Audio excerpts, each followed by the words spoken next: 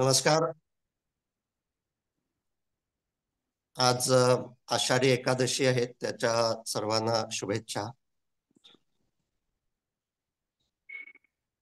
आणि ही आषाढी एकादशीची वारी खूप वर्षापूर्वी म्हणजे ज्ञानेश्वरांच्या काळी म्हणजे 11व्या-12व्या शतकात सुरू झालेली जर असेल किंवा त्यापूर्वी सुरू झालेली असेल तर हे जे वारकरी संप्रदाय आहे, भक्ती संप्रदाय आहे, त्यानेही आज आपण जे म्हणतो मानसोपचार, काही प्रमाणात त्या मानसोपचाराचं काम नक्की केलेलं आहे. आणि हे आधुनिक काळात जे मानसोपचार जे 150 वर्षापूर्वी फ्रॉइडनं सुरू केले असं म्हटलं जातं. आयुर्वेदात देखील मानसोपचार सांगितलेले आहेत, म्हणजे त्यापूर्वी 7,000 वर्ष सुद्धा का ते प्रचलित असावेत. तर त्या बोलव तिला, मानसोपचारांचे जे येत काही नाहीये.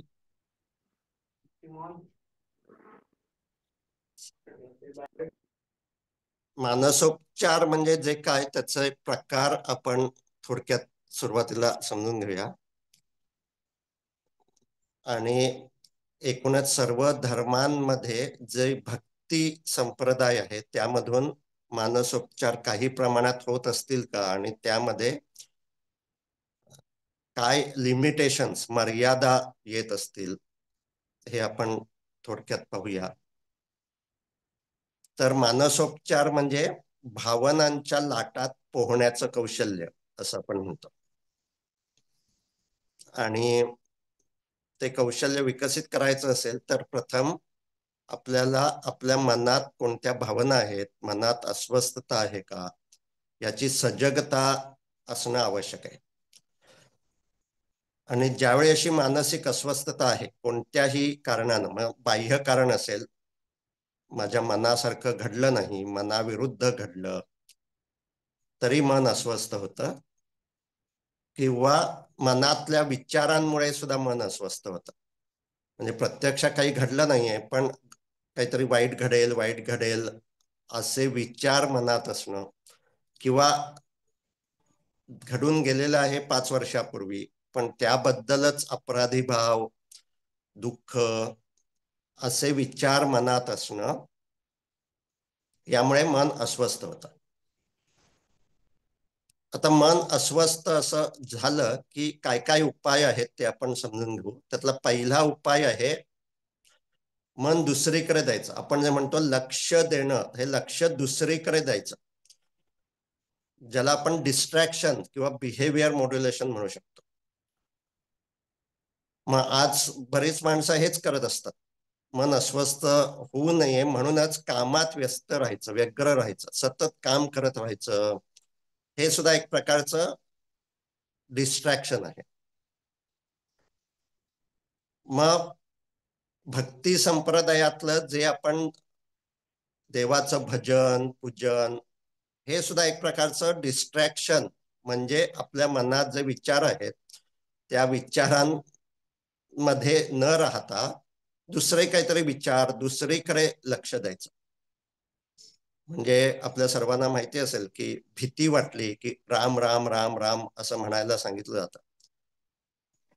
आणि असं राम राम म्हटल्यानं भीती कमी होते असा अनेकांचा अनुभव असतो.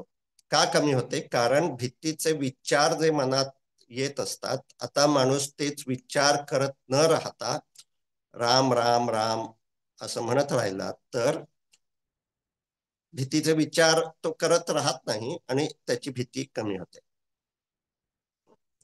त्यामुळे डिस्ट्रॅक्शन, दुसरीकडे लक्ष देणं, हा एक उपाय आहे. त्याचबरोबरचा दुसरा उपाय आहे, ज्यावेळी मन अस्वस्थ होतं त्यावेळी आपल्या शरीरात देखील काही बदल होत असतात. मन दुसरीकडे लक्ष दिलं म्हणजे ते शरीरातले बदल लगेच रिव्हर्स होतात, नॉर्मलला येतात असं नाही. आणि म्हणून शरीरातले जे काही बदल झाले आहेत त्यांच्यावर देखील काम करायचं. आणि काही रिलॅक्सेशन टेक्निक, म्हणजे दीर्घ श्वसन, सावकाश श्वास घेतला, सावकाश सोडला की मन अस्वस्थ झालेलं असतं, त्यावेळी श्वासाची गती वाढलेली असते, श्वास भराभर होत असतो. आता आपण ही फिजिओलॉजी चेंज केली आणि त्याचाही फायदा होत असतो, तो उपयोगी आहे. त्यामुळे ही रिलॅक्सेशन टेक्निक, ज्यामध्ये महत्वाचं दीर्घ श्वसन आणि स्नायू शिथिलीकरण, त्याचबरोबर शारीरिक व्यायाम, म्हणजेच मन अस्वस्थ झालेलं असतं त्यावेळी आपल्या शरीरात काही रसायनं तयार झालेली असतात आणि ही रसायनं कशासाठी तयार झालेली असतात, तर शारीरिक हालचालीसाठी, मारामारी करण्यासाठी किंवा पळून जाण्यासाठी ही रसायनं उपयोगी असतात. आपण केवळ खुर्चीत बसून राहिलो आणि मनात अस्वस्थतेचे विचार येत राहिले तर ती रसायनं अधिक त्रासदायक ठरतात. त्याऐवजी ती रसायनं जर वापरली, म्हणजेच आपण शारीरिक हालचाली केल्या, तर ती रसायनं वापरली जातात आणि त्यामुळे जो काही त्रास आपल्या शरीराला आणि मनाला होणार असतो तो आपण टाळू शकतो. आणि त्यामुळे ही जी शारीरिक हालचाल आहे, मला असं वाटतं की वारीमध्ये चालणं हे एक प्रकारे, जे रोज 20-25 किलोमीटर किंवा त्यापेक्षा अधिक देखील चाललं जातं, त्यामध्ये अभंगाच्या तालावर नृत्य केलं जातं, नाच फेर धरला जातो, या सर्वांमधून हे जे काही शरीरातली रसायनं वापरलं जाणं हे आपोआप घडत जातं. म्हणजे त्यावेळी आपल्या पूर्वजांना कदाचित अशी शरीरात रसायनं पाझरतात, मन अस्वस्थ होतं त्यावेळी, आणि ती वापरणं आवश्यक आहे, ही अशी माहिती कदाचित नसेल, पण वारीत फेर धरला की मन शांत होतं, मनाची अस्वस्थता कमी होते, हा अनुभव अधिकाधिक लोकांना येत गेला असेल आणि त्यामुळे वारीमध्ये सहभागी होणाऱ्यांची संख्या देखील वाढत गेली असेल. पण हा दुसरा उपाय आहे आणि त्याला आपण रिलॅक्सेशन टेक्निक्स असं म्हणू शकतो. तर हे दोन्ही उपाय उपयोगाचे आहेत का, तर होय, खूप महत्वाचे आहेत. आपणही ते वारीत गेलो नाही तरी देखील करायला हवेत. आता तिसरा उपाय आहे आणि तो म्हणजे जे काही समस्या असेल त्या समस्येचा विचार करणं आणि त्यावर उपाय शोधणं. आपल्या इथे संतांनी कर्मयोग सांगितलेला आहे. म्हणजे सावतामाळी हा संत असा होता की तो कधीही वारीत गेला नाही. कांदा मुळा भाजी अवघी विठाई माझी, असा त्याचा अभंग आहे. आपण जे काही कर्म करतो आहोत हीच विठ्ठल भक्ती आहे, असं सांगणारे, असं जगणारे संत आपल्या देशात होऊन गेले. पण जनरली भक्ती म्हणजे आपल्या समस्येपासून दूर जाणं, आता मी म्हटलं तसं डिस्ट्रॅक्शन. आणि त्यामुळे मार्क्स नावाचा जो विचारवंत होता त्याने असं म्हटलं की धर्म ही अफूची गोळी आहे, ती तुमची समस्या सोडवत नाही, समस्येचा काही काळ विसर पडते. हे त्याने सर्वच धर्मांच्या बाबत म्हटलेलं आहे, कारण धर्मामध्ये जी उपासना भक्ती सांगितली जाते त्यामुळे जर तुमच्या आयुष्यात खरोखरच काही समस्या असेल तर त्यावर तुम्ही काम करायला प्रवृत्तच होत नाही, तुम्ही त्या समस्या नाकारत राहता. आणि हे बदलायचं असेल तर कॉग्निटिव्ह थेरपी, जी हळूहळू उत्क्रांत होत गेली, ती असं म्हणते की जी समस्या आहे त्या समस्येमध्ये आपल्या नियंत्रणामध्ये काय आहे त्याचा विचार करायचा आणि कृती कार्यक्रम करायचा, कृती कार्यक्रम बनवायचा, ऍक्शन प्लॅन करायचा की माझ्या आयुष्यात जी काही समस्या आहे त्याबद्दल मी काय काय करू शकतो, याचा अवश्य विचार करायला हवा आणि त्या समस्येवर सोल्युशन करायला हवं. आणि जर असे जे काही मी सगळे प्रयत्न केले आहेत तर मग आपण असं म्हणतो की पूर्ण प्रयत्न करून झाले की ती समस्या सुटेपर्यंत आपण साक्षीभाव विकसित करू शकतो. तर हा साक्षीभाव हा अध्यात्मात सांगितलेलाच आहे, पण तो समस्येवर काम केल्यानंतर करायला हवा, अन्यथा तो अफूची गोळी ठरेल. त्यामुळे आपणही असं म्हणतो की आपण सतत साक्षी राहायचं नाही आहे, दिवसभरात जर आपण 1000 मिनिटं जागे असू तर त्यातली 20 एक मिनिटच आपल्याला साक्षी राहायचं आहे. उरलेली 989 मिनिटं आपल्याला करता होऊन जे काही आपल्याला कर्म करणं अपेक्षित आहे ते करायचं आहे. पण त्यासाठी कर्म करताना देखील मी हे का करतोय हे असा प्रश्न स्वतःला विचारायचा आणि आपली जी काही समस्या असेल त्या समस्येवर कोणतं कर्म केलं तर उपाय निघू शकेल. म्हणजे आता सावतामाळ्याला संसार चालवायचा आहे आणि त्यासाठी उदरनिर्वाह करायचा आहे आणि तो ती शेती करून करतो आहे. कांदा मुळा भाजी पिकवून त्याचा उदरनिर्वाह होतो आहे. तर त्याच्यासाठी तीच भक्ती आहे. आणि त्यामुळे कृती कार्यक्रम ठरवता येणं आणि तो कृती कार्यक्रम प्रत्यक्षात आणणं आणि जे आपल्या नियंत्रणात नाही त्याचा विचार करत न राहणं हे कॉग्निटिव्ह थेरपीचा एक महत्वाचा भाग आहे. त्याचबरोबर कॉग्निटिव्ह थेरपी म्हणजे विचार बदलणं. त्यामुळे मनात जे नकारात्मक विचार येत असतील त्याला चॅलेंज करून सकारात्मक विचार करणं. म्हणजे मला ऍक्सिडेंट होईल की काय, पुण्यात भूकंप होईल की काय, असे विचार मनात येत असतील तर नाही, असं काही होणार नाही, सगळं काही छान होईल, असे विचार मनातला करत राहणं ही देखील कॉग्निटिव्ह थेरपी आहे. आणि भक्तीनं ही देखील काही प्रमाणात साधली जाते. आणि ती म्हणजे आपण देवा बरं कर असं म्हणतो त्यावेळी वाईट करू नको असं मनात असतं. आणि त्यामुळे आपण एक प्रकारे स्वतःला कॉग्निटिव्ह सजेशनच घेत असतो की देव माझा रखवालदार, देव माझा राखणदार, तो माझी काळजी घेईल. आणि त्यामुळे मनात जे असे त्रासदायक विचार येत असतात त्यापासून आपण स्वतःला दूर करू शकतो. आणि इथे सुद्धा भक्तीचं एक महत्व आहे. आणि त्याचमुळे भिवू नको मी तुझ्या पाठीशी आहे असं स्वामी समर्थांचं वाक्य असेल किंवा कुठल्याही भक्ती संप्रदायामध्ये ईश्वरा हा आपल्या पाठीशी आहे, तोच आपला उदरनिर्वाह करतो, योगक्षेमम वहाम्यहम, हे जे सगळं बाबा आपल्याला जे सांगितलं जातं, आपण पोथ्या पुराण ऐकलं तर त्यामध्ये अशा पद्धतीचे विचार असतात. ही एक प्रकारची कॉग्निटिव्ह थेरपी आहे. मनात आपल्या नियंत्रणात नसलेले विचार आणि असं जे काही येत राहतं त्यावर उपाय म्हणजे श्रद्धा ही मनात विकसित करायची की ईश्वर आहे आणि तो सर्व काही चांगलं करेल.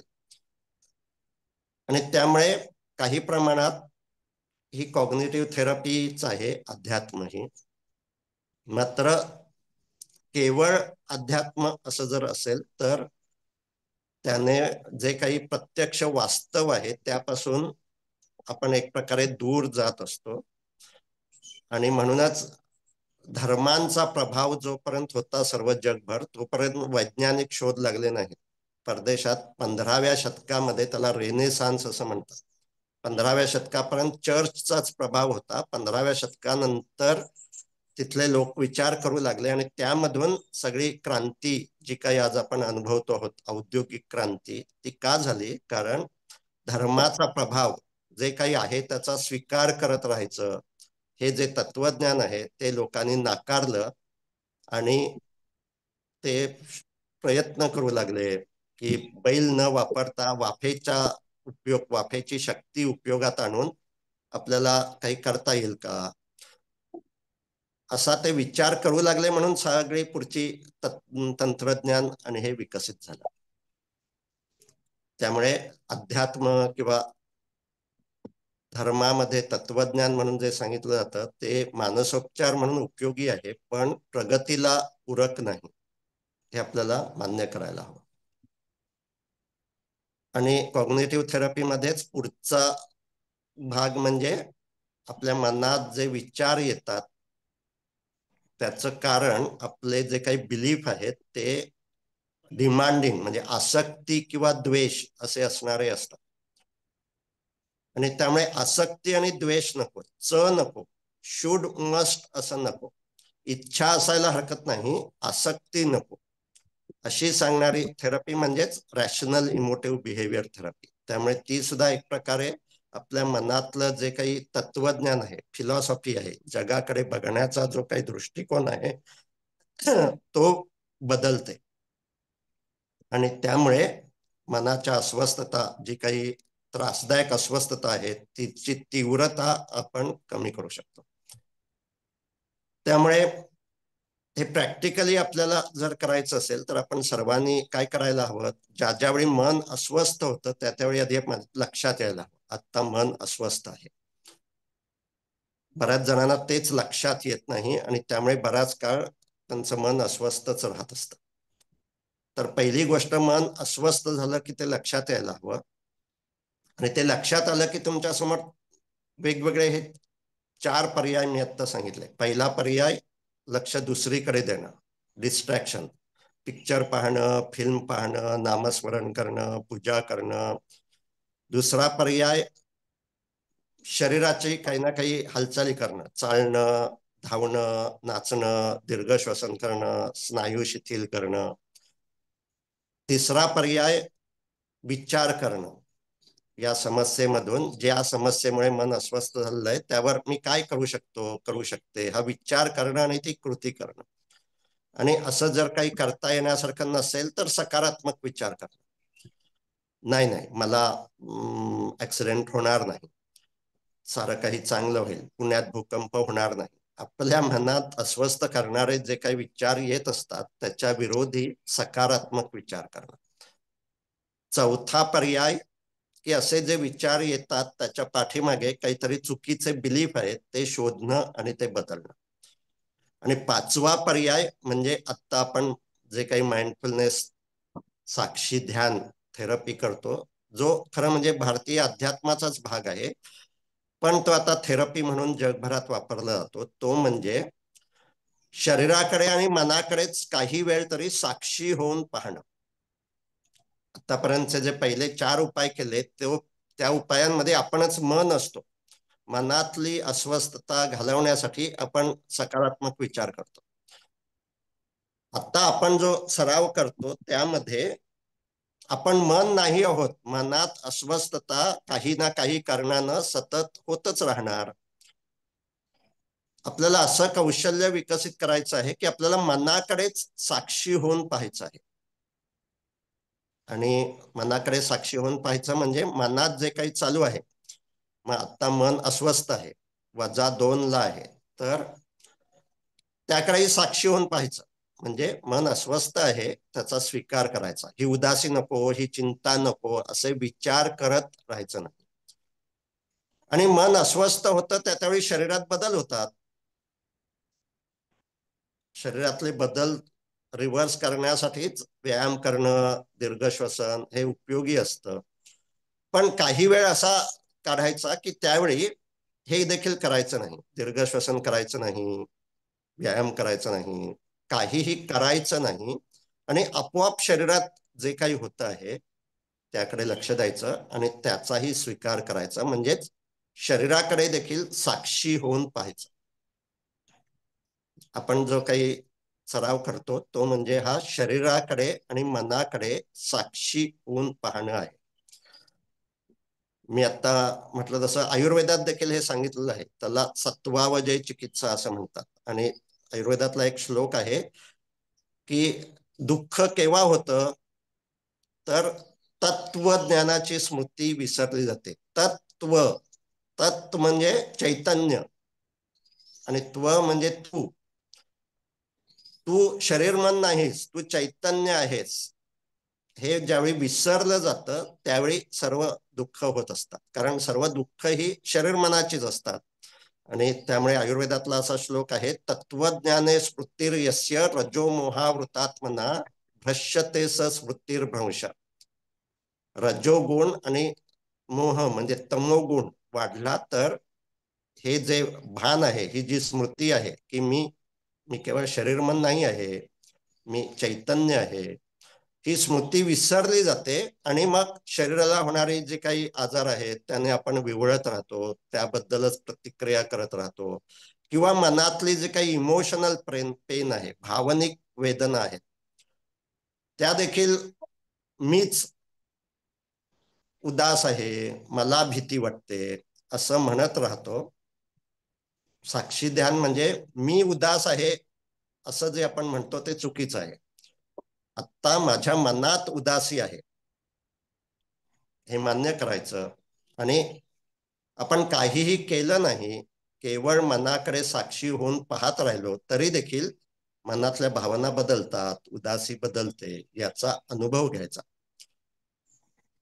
हा सराव आता आपण करूया, आणि तो सराव रोज किमान 10-15 मिनिटं करणं आवश्यक आहे. कारण असं स्वतःच्या शरीर मनाकडे 10-15 मिनिटं साक्षी होऊन पाहणं हे मनाची स्वच्छता करणं आहे, मनातला कचरा दूर करणं आहे. इतर वेळी आपण 1000 मिनिटं जागे असतो, 980 मिनिटं आपण मनच असतो. दोन मनानं जे काही मनात वाजता विचार येतात ते कृतीत आणत असतो. पण 10-20 मिनिटं तरी अशी काढायची की ज्यावेळी आपण मन नाही आहोत, म्हणजेच मनात जे काही घडतं आहे त्याकडे देखील साक्षी होऊन पाहत आहोत, आणि शरीरात जे काही घडतं आहे त्याकडे देखील साक्षी होऊन पाहत आहोत. त्याचा आपण सराव करूया.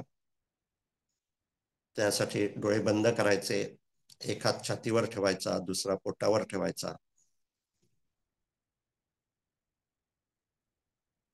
आणि छातीवर लक्ष द्यायचं. छातीवर तुम्ही हात ठेवलाय, त्याचा स्पर्श समजतोय का, त्याकडे लक्ष द्यायचं.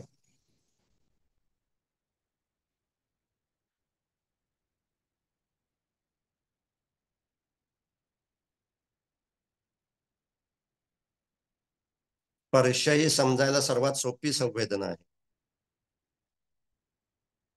संवेदना म्हणजे sensation. We can understand touch sensation easily. त्यामुळे तो स्पर्श जाणायचा. तसंच पोटावर ठेवलेला हात आहे त्याचा स्पर्श जाणायचा.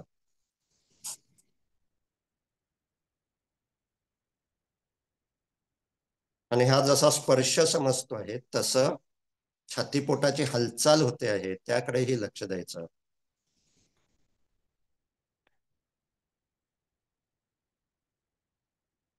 श्वास समजतो आहे, श्वासामुळे छातीपोटाची हालचाल होते आहे.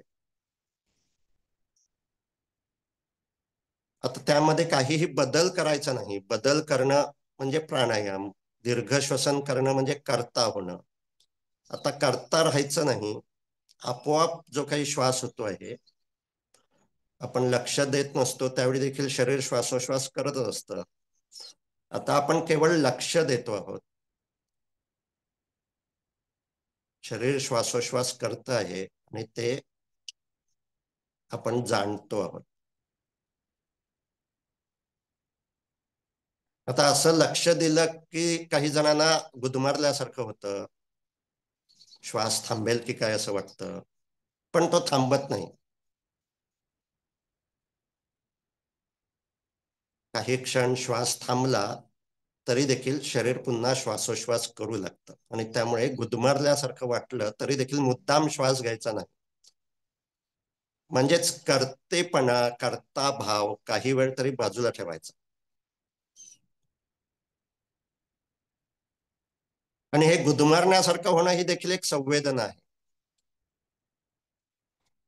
श्वासाकडे लक्ष दिल्यावर काही जणांचा श्वास थांबू शकतो आणि त्यामुळे हे गुदमरल्यासारखं होतं. या संवेदनेकडे देखील साक्षी होऊन पाहायचं. किती वेळ असं गुदमरल्यासारखं होतं हे पाहूया.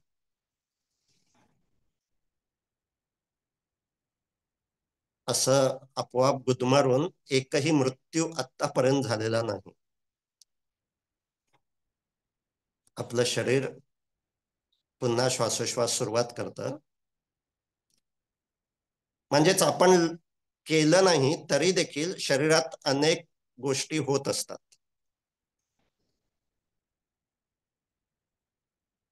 श्वास होत असतो, पचन होत असतं, हृदयाचं काम सुरू असतं.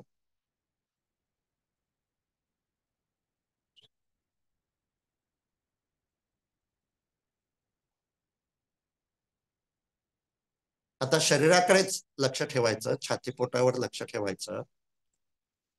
आणि काही जाणवतंय का आता छातीत, पोटात? जड वाटतंय का? धडधडतंय का? दुखतंय का? खाज उठते का? पोट फुगल्यासारखं वाटतंय का?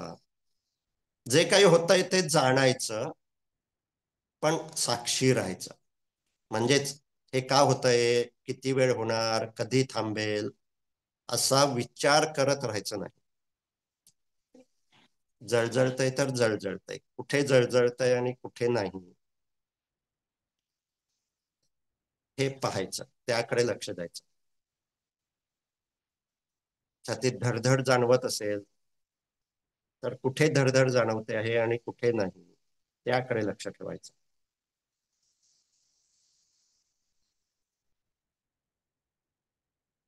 आणि काही वेळ, काही क्षण तरी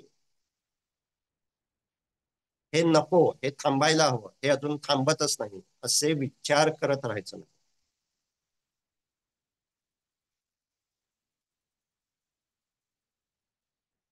कोणताच विचार करत राहायचं नाही. विचार करणं म्हणजे करता होणं.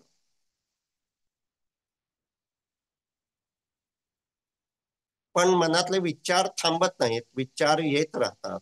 ते स्वाभाविक आहे, कारण तेच मेंदूचं काम आहे. बाहेरचे आवाज येतात आणि मनात विचार निर्माण होतो. पाऊस सुरू झाला आहे.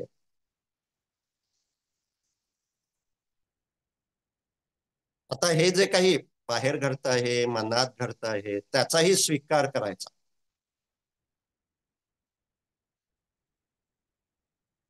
म्हणजे त्यावर देखील विचार करत राहायचं नाही. मनात विचार आहेत, ते आपोआप आलेले आहेत. तुम्हाला श्वास समजतो आहे, श्वास समजायचं थांबलं तर तुम्ही विचार करू लागला. आता विचार करणं थांबवायचं म्हणजे लक्ष पुन्हा पुन्हा श्वासाच्या हालचालीकडे द्यायचं. श्वास समजतोय, श्वास समजतो आहे, आणि त्या क्षणी मनात जे काही आहे ते आपोआप आलेले विचार आहेत, त्यांचाही स्वीकार करायचा. हे विचार नको, हे विचार येता नाहीयेत, असा विचार करत राहायचा नाही.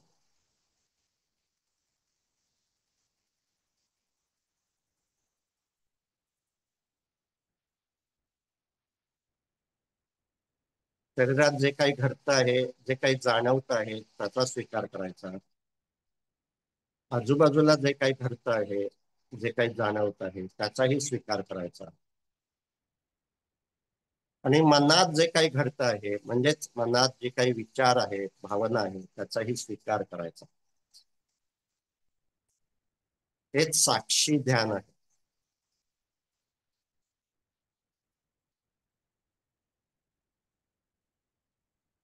श्वास समजतो आहे,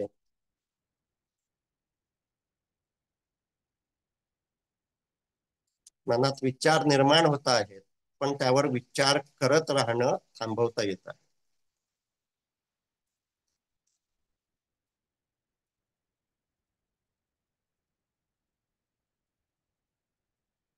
आपण विचार करू लागलो की श्वास समजणं थांबतं, शरीरात काय होतंय ते समजणं थांबतं, आणि आपण विचार करू लागतो, करता होतो. हे लक्षात आलं की लक्ष पुन्हा श्वासावर द्यायचं आणि विचार करणं थांबतं याचा अनुभव घ्यायचा. काही क्षण तरी विचार करणं थांबतं, पुन्हा विचार मनात येतो, ओके, त्यावर आपल्याला विचार करत राहायचं नाही.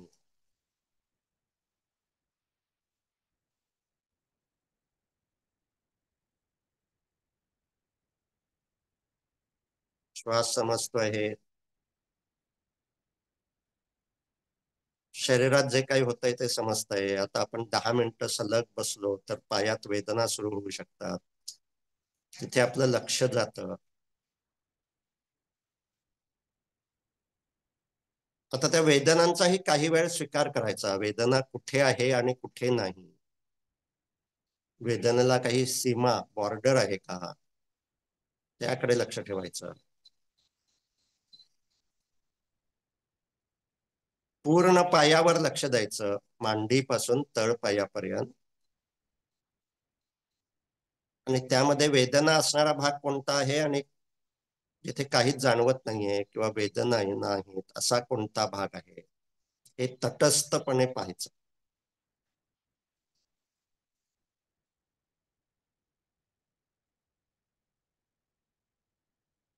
प्रथम उजव्या पायावर लक्ष द्यायचं.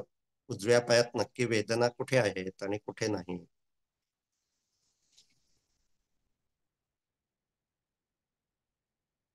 डाव्या पायावर लक्ष द्यायचं. डाव्या पायात कुठे वेदना आहेत, कुठे नाही.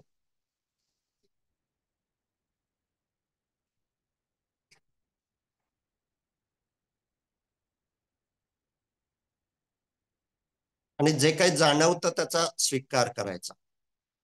त्यावर विचार करत राहायचं नाही. हे नको अशी प्रतिक्रिया करत राहायचं नाही. एखाद्या ठिकाणी वेदना खूप त्रासदायक असतील तर जिथे वेदना नाहीत तिथे लक्ष द्यायचं. गुडघ्यात वेदना असतील तर मांडीवर लक्ष द्यायचं. तळपायावर लक्ष द्यायचं.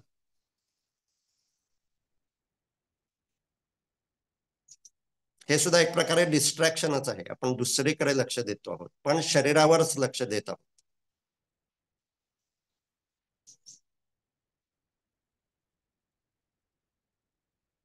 आता लक्ष कंबरेवर द्यायचं. कंबर, पाठ, मान.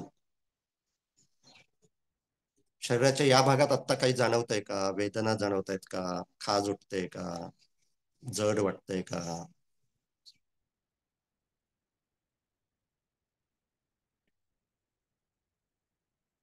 वेदना कुठे आहेत आणि कुठे नाही हे तटस्थ होऊन, साक्षी होऊन पाहत राहायचं.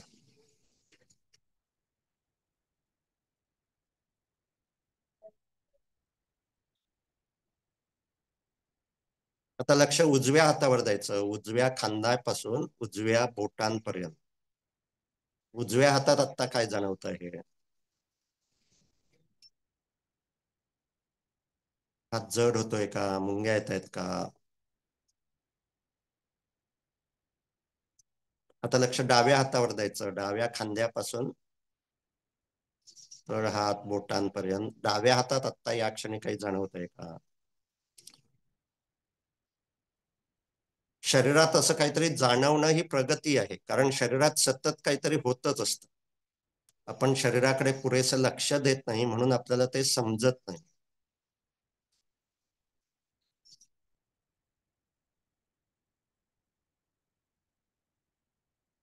शरीराकडे असं लक्ष देण्याचा सरावाचा प्रगतीचा पुढचा टप्पा म्हणजे जिथे आपण लक्ष देऊ तिथे काहीतरी जाणवेल.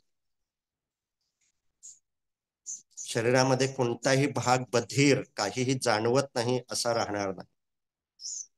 पण त्यासाठी हा सराव खूप काळ करत राहायला हवा.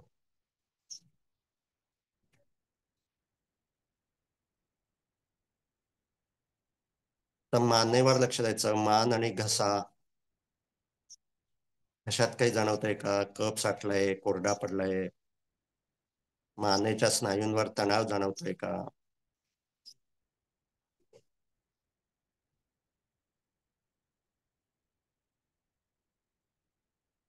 आणि शरीराकडे असं लक्ष देत असताना मनात विचार येत राहतील. त्यांनाही प्रतिक्रिया करायची नाही. मनात ज्या काही भावना निर्माण झाल्या असतील त्यांचाही स्वीकार करायचा. कंटाळा आला आहे मनात तर मनात कंटाळा आलाय. पण आपण सराव थांबवणार नाही आहोत. म्हणजेच आपल्याला मनाचे हुकूम पाळणं हळूहळू कमी करायचं आहे. मनाचं स्वामी व्हायचं आहे. अन्यथा मन सांगतं तसं आपण वागण्याचा प्रयत्न करत असतो. आता मन सांगतंय मनात कंटाळा आला आहे तरी देखील सराव करत राहायचंय. त्या कंटाळ्याकडे सुद्धा साक्षी होऊन पाहायचं. मनात कंटाळा आहे, ओके, किती वेळ राहतो पाहूया. किंवा मनात शांतता आहे, शांत मन झालं आहे, तेही किती वेळ राहतं पाहूया. आता लक्ष चेहऱ्यावर द्यायचं. चेहऱ्यावर काही जाणवतंय का? बाहेरच्या हवेचं तापमान, खाज, स्नायूंवर तणाव.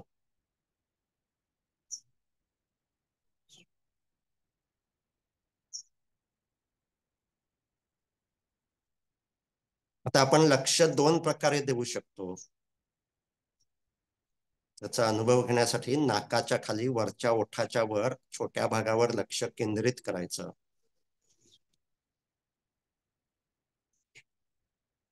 आणि तिथे श्वासाचा स्पर्श समजतोय का? श्वास म्हणजे हवा नाकातून आत जाते आणि बाहेर पडते. त्या छोट्या भागावर लक्ष केंद्रित करायचं, फोकस करायचं. आणि श्वास समजतोय का?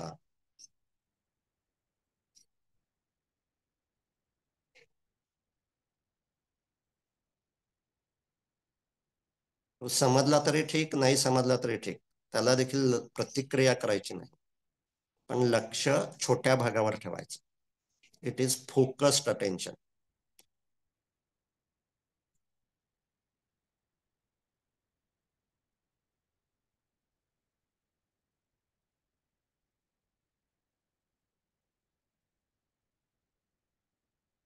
जसं आपण छोट्या भागावर लक्ष देऊ शकतो, तसंच विस्तारित भागावर लक्ष देऊ शकतो. आता असंच पूर्ण चेहऱ्यावर लक्ष द्यायचं. दोन कान, हनवटी, कपाळ याच्यामध्ये काय काय जाणवत आहे. आता मस्तकात लक्ष द्यायचं. या क्षणी मस्तकात काही जाणवतंय का? डोकं जड झालंय का? दुखतंय का? आणि डोकं जड झालं तर त्याचाही स्वीकार करायचा. डोकं जड झालं अशी तक्रार करायची नाही.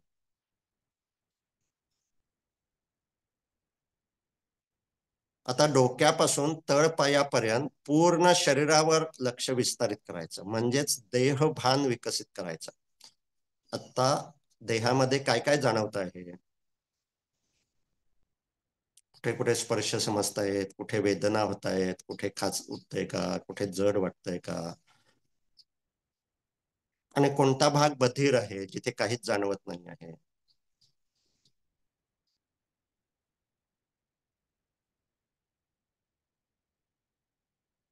परिसरातले कुठले आवाज येत आहेत ते जाणणं म्हणजे परिसराचं भान.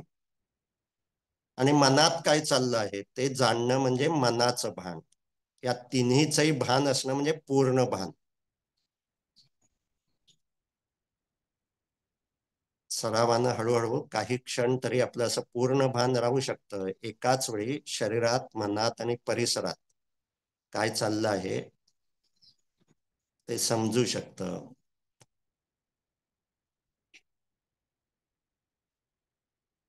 जे काही समजत आहे त्याचा स्वीकार करायचा, त्यावर प्रतिक्रिया करायची नाही, म्हणजेच अधिकाधिक सजग व्हायचं.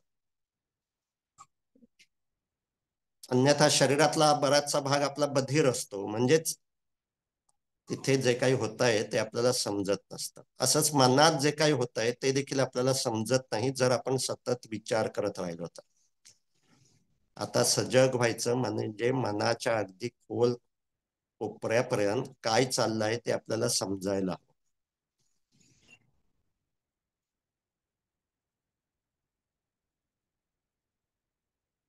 आणि जे काही समजत आहे त्यावर प्रतिक्रिया करायची नाही, विचार करत राहायचं नाही.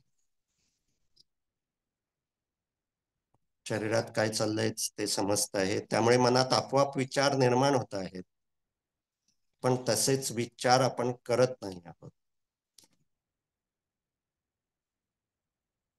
मनात विचार येत आहेत आणि त्यामुळे शरीरात बदल होत आहेत. मनात अस्वस्थता आली, भीती आली तर छातीत धडधडायला लागतं. मनाचा आणि शरीराचा एकमेकांवर कसा परिणाम होतो तो जाणत राहायचा, साक्षी होऊन जाणत राहायचं.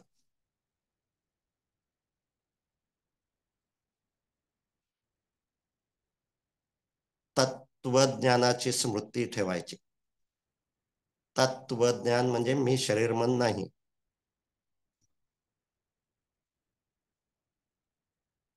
म्हणजेच शरीर मनाकडे साक्षी होऊन पाहायचं. शरीर मनात जे काही होत आहे त्याला प्रतिक्रिया करायची नाही. मला भीती वाटते आहे, मी उदास आहे असं म्हणायचं नाही. माझ्या मनात उदासी आहे, माझ्या मनात भीती आहे, त्यामुळे शरीरात काय जाणवतंय का असं म्हणून शरीरावर लक्ष देत राहायचं.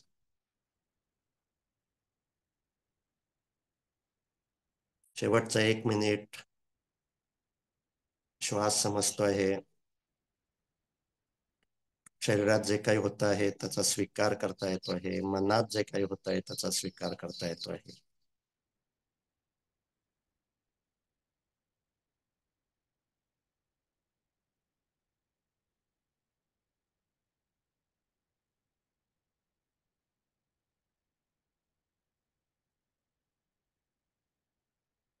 छान. आपण साक्षी ध्यानाचा सराव संपवत आहोत. त्यासाठी शरीराची हालचाल करायची. दोन्ही हात एकमेकांवर चोळायचे. तो स्पर्श जाणायचा. ते डोळ्यावर ठेवायचे, चेहऱ्यावर ठेवायचे. चेहऱ्याला होणारा स्पर्श जाणायचा. शरीरात कुठेही वेदना होत असेल तर शरीराची हालचाल करायची. हात पाय स्नायू ताणायचे.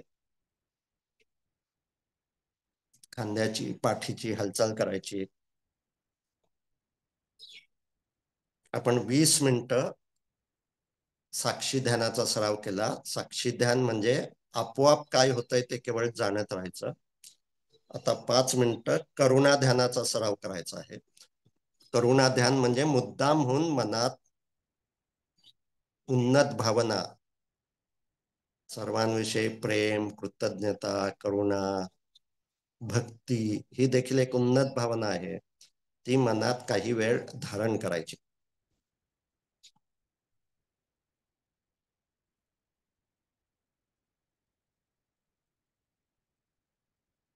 डोळे बंद आहेत.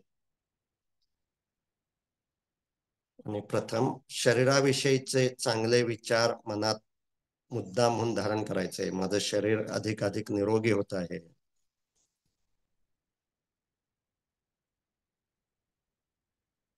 शरीर सशक्त होत आहे, सुदृढ होत आहे.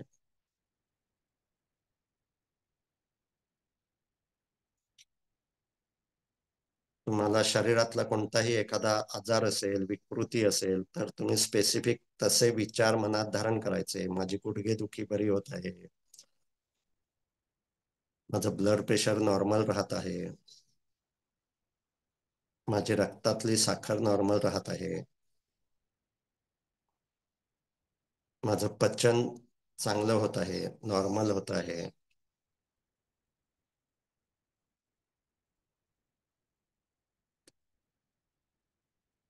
शरीरातले सर्व स्नायू, सर्व सांधे नॉर्मल होत आहेत.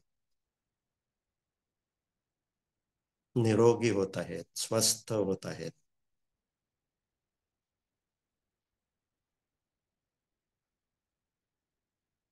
त्याचबरोबर संकल्प करायचा, शरीराच्या आरोग्यासाठी जे जे काही आवश्यक आहे ते मी करणार आहे.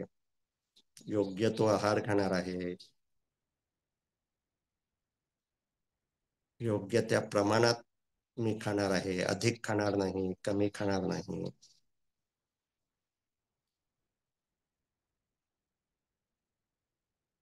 शरीराला व्यायाम देणार आहे. व्यायाम करण्यात आळस करणार नाही.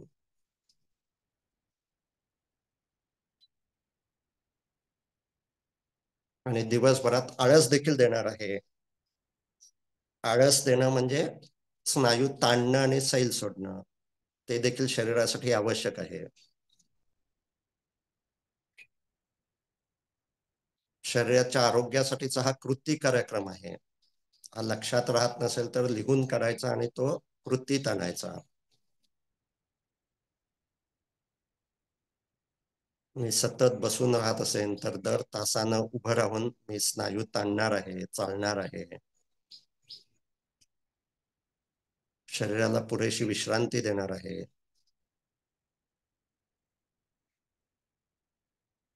माझं मन अधिकाधिक वेळ प्रसन्न राहत आहे. मनात अस्वस्थता आली की ती लवकरात लवकर लक्षात येते आहे. अस्वस्थता आल्यामुळे विचारात राहण्याचा वेळ माझा कमी कमी होतो आहे.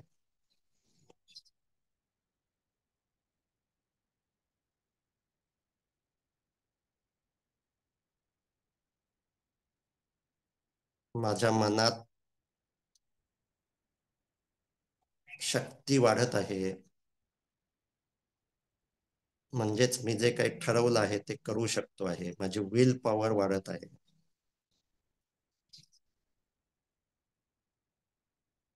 माझा आत्मविश्वास वाढतो आहे. मला माझ्या मनातल्या भीतीवर काम करता येत आहे.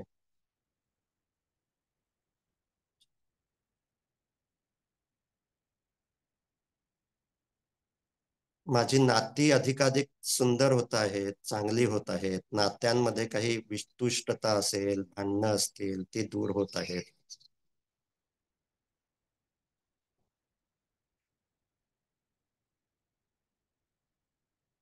मला जे जे काही मिळालं आहे त्याबद्दल कृतज्ञता वाटते आहे.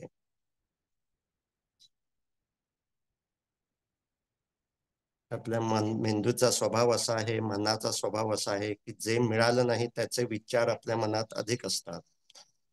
साक्षी ध्यानाचा सराव करताना ते जाणायचे, त्याचा स्वीकार करायचा. पण आता मुद्दाम होऊन आपल्याला काय काय मिळालं आहे ते आठवायचं. मला श्वासाची हालचाल जाणवते. जगात काही माणसं अशी असतात त्यांना ती देखील जाणवत नाही. माझ्याकडे स्मार्टफोन आहे, लॅपटॉप आहे. आपल्याकडे जे जे काही आठवायचं आणि त्याबद्दल कृतज्ञता भाव मनात, ग्रेटफुलनेस मनात काही वेळ धरून ठेवायचा.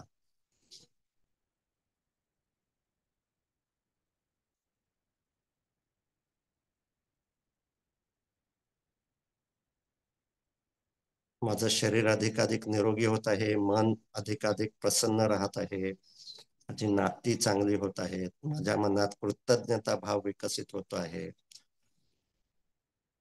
तशी जगातल्या सर्व माणसांमध्ये हो. माणसांमधली दुष्ट बुद्धी दूर हो, जे खळांची व्यंकटी सांडो, तया सत्कर्मी रती वाढो, भूता परस्परे जडो मैत्र जीवांचे, दुरितांचे तिमिर जावो, विश्व स्वधर्म सूर्ये पाहो, रोजे वांछील तोते लाहो, प्राणिजात. मला माझा स्वधर्म समजतो आहे, माझा पर्पज समजतो आहे, माझं आयुष्य अधिकाधिक अर्थपूर्ण होत आहे.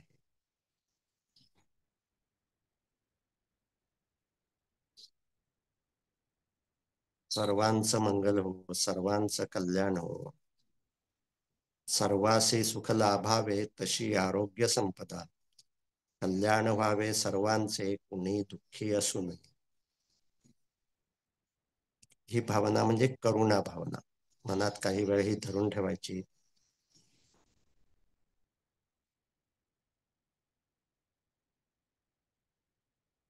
दोन्ही हात पुन्हा एकमेकांवर चोळायचे, ते चेहऱ्यावर ठेवायचे आणि सावकाश डोळे उघडायचे. धन्यवाद.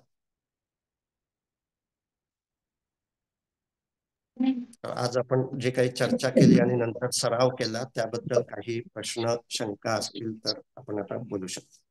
तर मी थोडस हो, निघणार चालेल. आहे. धन्यवाद सर. हा. नाही मी मला असं म्हणायचं सर की तुकाराम महाराजांनी सुद्धा म्हटलेलं आहे की मन करारे प्रसन्न सर्व सिद्धीचे साधन. हो, मी त्यांना याचं मनाच्या महत्व जे आहे ते त्याचं पटलं होतं आणि ह्या भक्तिभावामधूनच ते तिथपर्यंत गेलं होतं.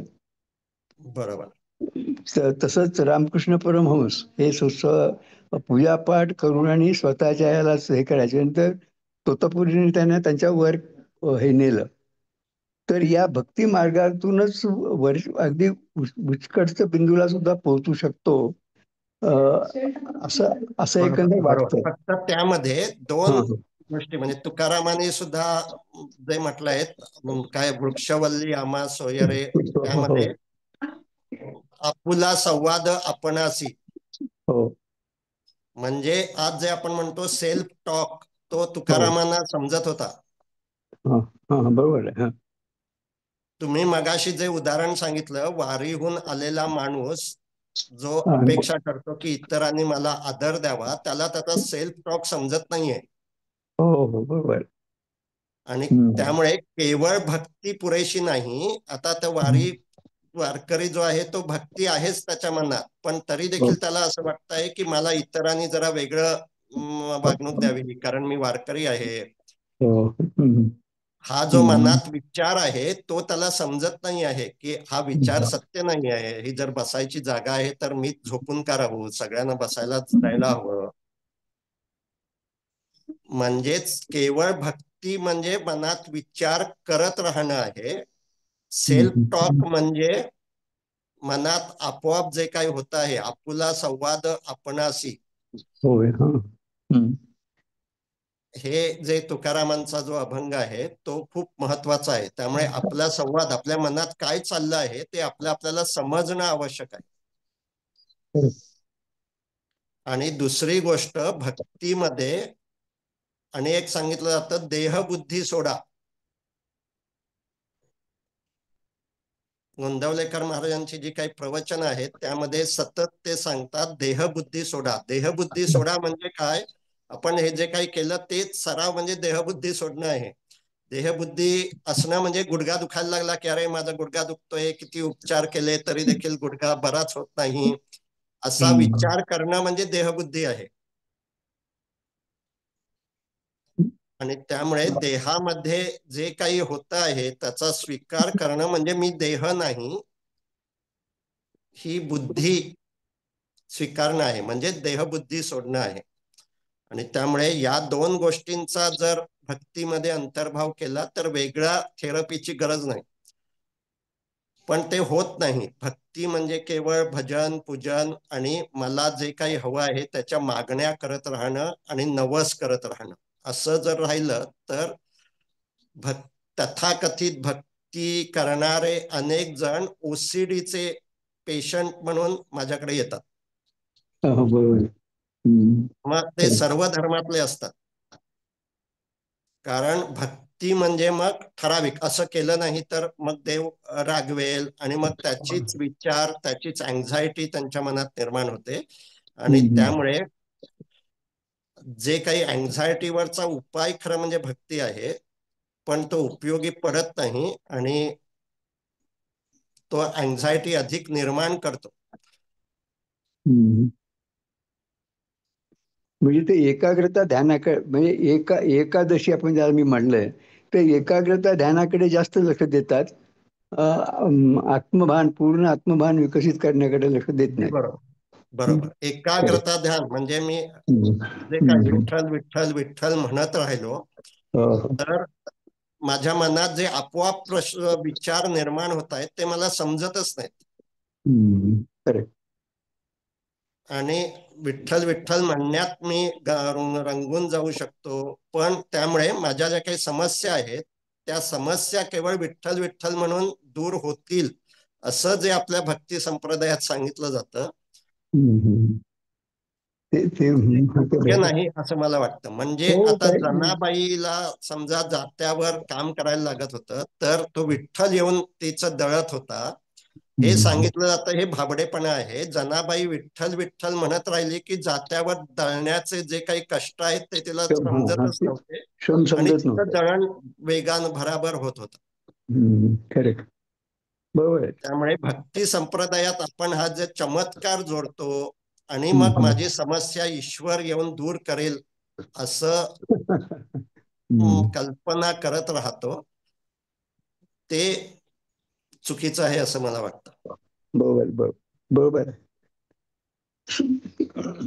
नाही, ज्ञानेश्वराच्या अभंगामध्ये सुद्धा म्हणलं ना, निजवृत्ती ही सोडी सर्व, निजवृत्ती ही इंद्रिया सवडी लपू नको. म्हणजे इंद्रिय जे आहेत त्याचा आधार घेऊन फक्त राहू नका. निजवृत्ती जे आहे ते सगळी सोडा, माया सोडा. म्हणजेच बरोबर. आपलं ठीक आहे. धन्यवाद सर. तर तुमचा नमस्कार. या विषयातला खूप अभ्यास आहे, त्यामुळे तुम्हाला नाही तुमचं जर नाही वेगळं मत असेल तर अवश्य मांडा. नाही नाही नाही, बिलकुल वेगळं मत नाही आहे, बिलकुल वेगळं मत नाही. अगदी क्लिअर आहे. Thank you sir. थँक्यू. आता आपल्या सरावाविषयी अनेकांच्या मनात शंका असू शकतात, त्याबद्दल काही प्रश्न असेल तर अवश्य विचारा. आपला सराव म्हणजे काय हे आपल्याला आधी बुद्धीला नीट समजणं अपेक्षित आहे.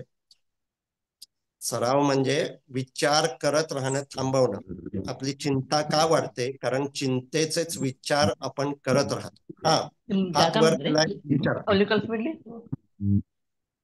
स्मिता मॅडम, तुमचा हँड राईज दिसतोय, तुम्हाला काही विचारायचं असेल तर विचारा. माझा प्रश्न आता आपण जे सांगितलं त्याच्यामधून मला सगळं म्हणजे झालं क्लिअर. माझा प्रॉब्लेम म्हणजे असा होता की म्हणजे एक ऑपरेशन आता सडन म्हणजे करावं लागलं. हं, तर त्या टेन्शन असं माझं बीपी पण वाढलं आणि शुगरही वाढली. आतापर्यंत एकदम नॉर्मल असलेलं सडन हे म्हणजे त्याच्यासाठी पुन्हा 8 दिवस ते थांबवावं लागलं. पण आता 2 दिवसापूर्वी ते झालं आहे. पण अजून माझं बीपी पण आणि शुगरही अजून हायर लेवललाच आहे. तर म्हणून मी मुद्दाम म्हणजे बरं. की तर असं तुम्हाला करू दीर्घ शकते. श्वसनाचा सराव करता येतो का? हो हो येतो. हा. रोज येतो दर येतो. तासात 10 मिनिटं दीर्घ श्वसन करा. I was asking if you are going to wear बर. one. 1 तास Do we म्हणजे need आता जे it? हा हॅलो हॅलो. हा दर तासामध्ये म्हणजे 60 मिनिटं असतात, त्यातली 10 मिनिटं दीर्घ श्वसन करायचं. सावकाश नाकानं श्वास घ्यायचा आणि असा तोंडानं सोडायचा. 10 मिनिटं सलग करता आलं उत्तम. 10 मिनिटं सलग करता नाही आलं तर 5-5 मिनिटं 2 वेळ करा. त्यामुळे हो हो. बॉडी मधले जे काही टेन्शनमुळे जे काही बदल होत असतात, म्हणजेच ब्लड शुगर वाढत असते, ब्लड प्रेशर वाढत असतं, ते तुम्ही रिव्हर्स करू शकता. बर बर. आणि उरलेल्या वेळी आणि जे काही म्हणजे होत आहे हा त्यावर विचार करत राहणं थांबवता येतं का तुम्हाला? पूर्णतः थांबवता येणार नाही, पण काही वेळ तरी आपोआप मनात हो विचार येत आहेत. मला हे का ऑपरेशन करावं लागलं, हे बरं होईल का, मलाच का, असे विचार येत राहतील मनात. तसाच विचार करत राहायचं नाही. हा. आणि असे मनात जे हा अस्वस्थता निर्माण करणारे विचार येतात, त्यामुळे शरीरात काही ना काही बदल होतात, ते तुम्हाला समजतात का? हा. हो समजतात. म्हणजे मी आता सुट्टीवर आहे म्हणजे या ह्याच्यामुळे त्यामुळे मग बाकी वाचन वगैरे आणि आपण जसं की थोडं जप वगैरे करून बघा किंवा टीव्ही तर हे पण सगळं मी करते आहे. म्हणजे की थोडासा त्याच्यासाठी वेळ द्यायला लागणार आहे की जेणेकरून हे परत रिलीज झालं पाहिजे टेन्शन असं. आणि हे फर्स्ट टाइम असल्यामुळे मला ते म्हणजे पहिलंच ऑपरेशन हे असं की एकदम सडन आलेलं पहिल्यांदाच म्हणजे की त्यामुळे मला ते जास्त जाणवलं की अरे असं आपल्याला होतंय काय वगैरे असं काहीतरी. पण बरं. आता तर आहे म्हणजे रिलॅक्स माझं हा, तसं काही नाही. काही वेळ पण आजच्या मुद्दामून सिच्युएशन रिलॅक्स मध्ये करायचं, म्हणजे दीर्घ श्वसन हा करायचं. आणि काही वेळ साक्षी होऊन मनात जे आपोआप विचार येतात त्याकडे पाहायचं आणि त्यावर विचार करत राहायचं नाही. हा. हो ठीक आहे. हो चालेल. शुभेच्छा. लवकरात लवकर बऱ्या व्हा. हो नक्कीच नक्कीच. मी पुढच्या रविवारचं सेशन अटेंड करेन आणि माझा अनुभव सांगेन की मी काय काय केलंय ते पण. थँक्यू. हो.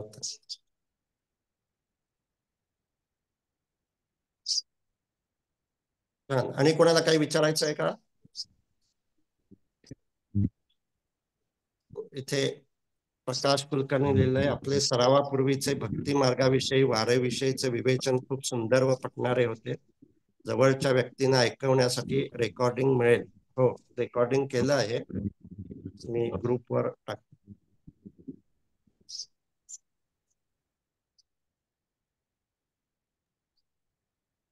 जर कोणाला काही प्रश्न नसेल तर मी काही प्रश्न विचारतो, त्याची उत्तर तुम्ही द्या आणि तर मग एक आपण प्रश्न विचारायचा होता.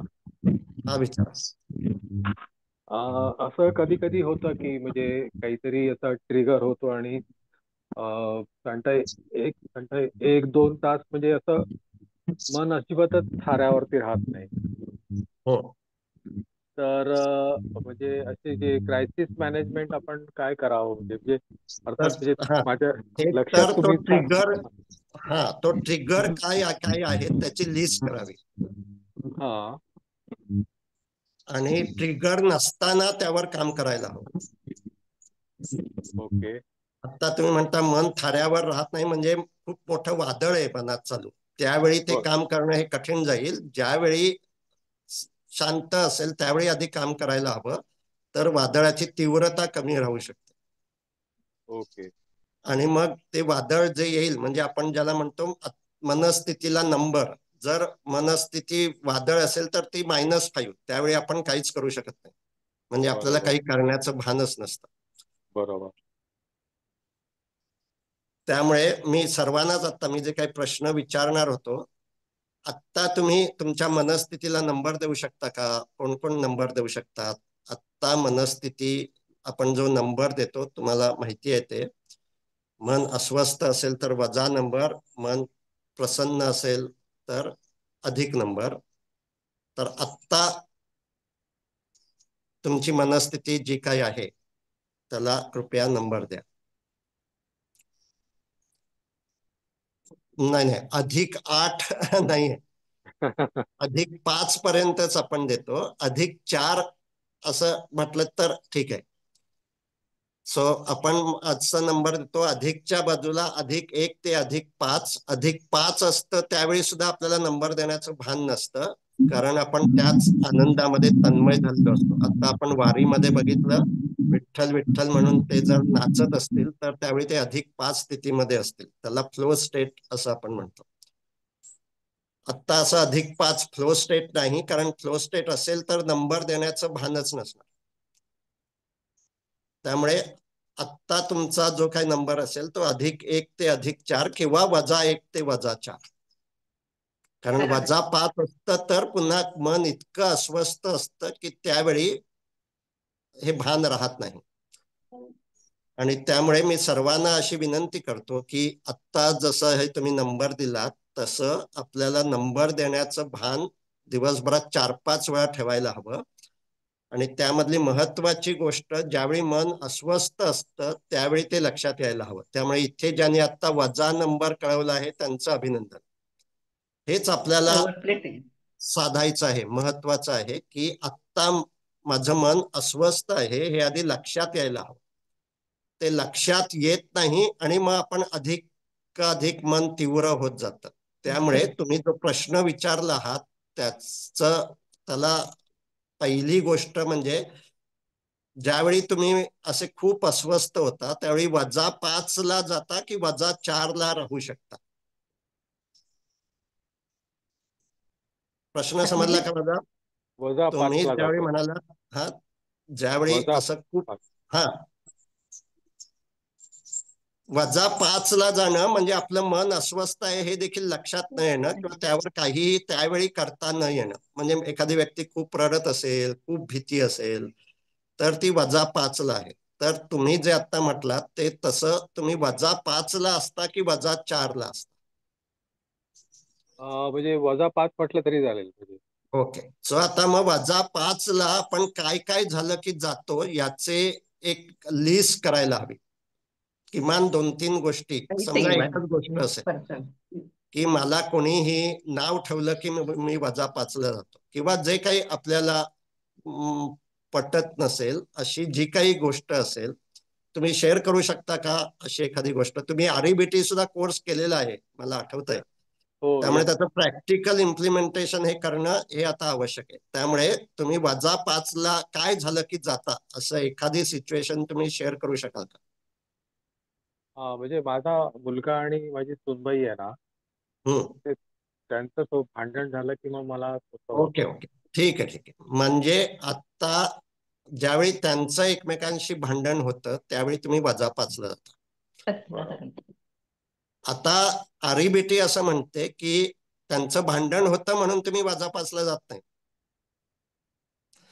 त्यांचं भांडण होताच नाहीये असा तुमचा बिलीफ आहे म्हणून तुम्ही -5 ला जाता. बरोबर. आणि त्यामुळे तुम्हाला तुमच्या मनातला अशी धारणा बदलायला हवी की भांडण होता नाहीये हे बरोबर आहे, पण होताच नाहीये हे इरॅशनल आहे. बरोबर. तर हे आता तुम्हाला पटतंय का की भांडण होता नाहीये असा विचार, असा धारणा माझ्या मनात असू शकते, पण होताच नाहीये हे बदलायला हवं. आणि त्यामुळे ज्या ज्या वेळी तुम्हाला हे लक्षात येईल अरे त्यांचं भांडण होतं, त्यावेळी तुम्हाला हे स्वतःला आठवण करून द्यायला लागेल की भांडण होणार, नवरा बायकोंची भांडण होणं हे स्वाभाविक आहे, पण ती ज्या तीव्रतेने भांडतात ते भांडण होता नाहीये, होताच नाहीये याच्यावर आधी तुम्हाला काम करायला लागेल. आणि दुसरी गोष्ट, मग आता कॉग्निटिव्ह थेरपीनुसार शांतपणे विचार करून त्यांची भांडणं कमी करण्यासाठी तुम्ही काय काय करू शकता, तुमच्या नियंत्रणात काय काय आहे. तर दोघांशी संवाद साधणं, त्यांच्याबद्दल तुम्हाला काळजी आहे हे त्यांच्यापर्यंत पोचणं. जर संवादच होत नसेल तर त्याच्या आधीची पायरीवर जायला हवं की त्यांच्या मनात तुमच्याबद्दल रॅपो, स्नेहबंध निर्माण करणं. स्नेहबंध कसा निर्माण होतो, तर ज्यावेळी आपण दुसऱ्यांच्या भावना समजतो आणि त्या व्यक्त करतो की तुला खूप राग येतो, तुला खूप ताण आहे, तुला खूप त्रास होतो, एवढंच काही दिवस सांगत राहायचं. हे कर, ते नको असा उपदेश करायचा नाही. उपदेश केला की स्नेहामध्ये प्रॉब्लेम यायला लागतात. उपदेश केला की समोरच्या माणसाला मी काय स्थितीमधून जातोय समजतच नाहीये असं वाटू लागतं. आणि त्यामुळे काही काळ उपदेश पूर्णतः बंद करायचा आणि दुसऱ्या माणसाच्या भावना जाणायच्या आणि त्यांचा आदर करायचा आणि ते बोलायचं. असं असं काही काळ बोलत राहिल्यानंतर तुमचा संवाद सुरू होईल एकमेकांशी. पटतंय का तुम्हाला हे?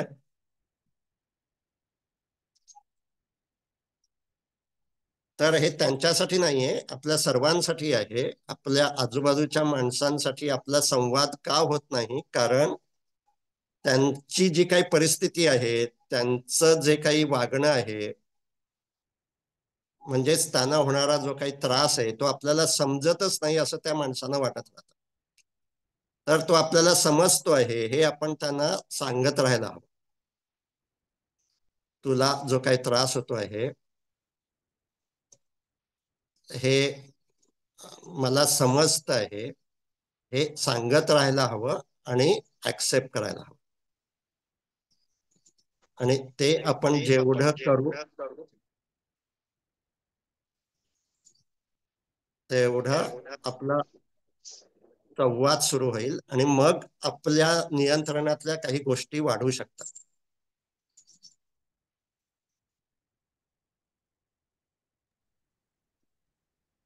पण सर अशा ह्याच्यात काय होतं की काही वेळा मुलं म्हणतात तुम्ही आमच्या ह्याच्यात पडू नका, आम्ही आमचं बघून घेऊ, तुम्ही कशाला आमच्या मध्ये काही बोलू नका, आम्हाला काही काही बोलायची बरोबर, गरज नाही, बरोबर. असं म्हटल्यावर काय त्यामुळे करायचं? त्यांना त्यांना सल्ल्याची आवश्यकता नाही आहे. मग तुम्ही त्याचा विचार करत राहणं तुम्हाला थांबवता यायला.